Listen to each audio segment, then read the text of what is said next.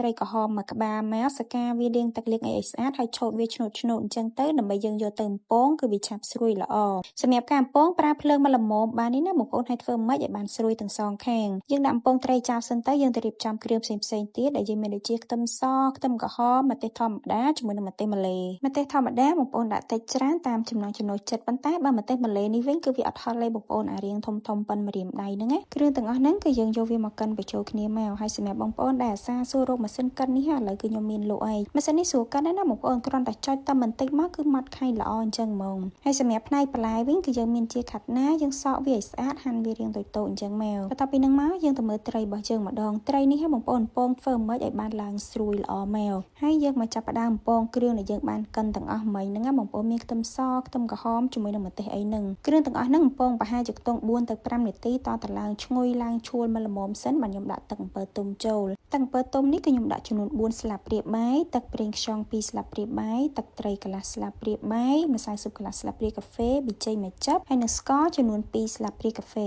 គ្រឿងក្រៅទាំងអស់ហ្នឹងបងប្អូនកុំទាន់ដាក់ច្រើនក៏បានដែរយើងដាក់ចូលកូរច្បើវាចូលជាតិហើយកុំភ្លេចថែមទឹកបន្តិចផងព្រោះអីឆាហ្នឹងបើសិនជាស្ងួតអត់ទឹកគឺអត់កើតមកបងប្អូនយើងកូរទុកឲ្យវាពុះនៅលើភ្លើងប្រហែលជា2-3នាទីចាំបងប្អូនភ្លក់មើលហើយថែមថយគ្រឿងបានសម្រាប់ខ្ញុំនេះគឺខ្ញុំបន្ថែមទឹកត្រីកន្លះស្លាបព្រាបាយជាមួយនឹងស្ករមួយចឹបទៀតរសជាតិហ្នឹងយើងយកប្រៃមកល្មមផ្អែមមកល្មមហើយជូរតិចអញ្ចឹងទៅភ្លក់មើលថែមថយគ្រឿងត្រូវរួចអស់ហើយបងប្អូនដាក់ខាត់ណាចូលមកខាត់ណានេះដាក់ចូលហើយអត់ឆាយូរទេបងប្អូនប្រហែលជាខ្ទង់2នាទីអីហ្នឹងមើលតែវាឆ្អិនមកល្មមយើងដួសវាពាក់កណ្ដាលដាក់ទ្រាប់បាតចានហើយយើងយកត្រីដែលយើងបានពងហើយស្រាប់នឹងដាក់ពីលើហើយចាំដួសឆាពាក់កណ្ដាលទៀតដាក់ស្រោចពីលើត្រីហ្នឹងមកតែប៉ុណ្្នឹងមកមកហូបត្រីពងខាត់ណាជាមួយទឹកអំពៅទុំរបស់យើងគឺរួចរាល់អាចយកទៅញ៉ាំបានហើយមួយមុខនេះដោយដែលខ្ញុំបានបញ្ជាក់បងប្អូនអញ្ចឹងត្រីធ្វើម៉េចគឺឲ្យបានស្រួយល្អមកហើយមកហូបមួយមុខនេះឃើញថាក្រហមអញ្ចឹងមែនប៉ុន្តែអត់ហ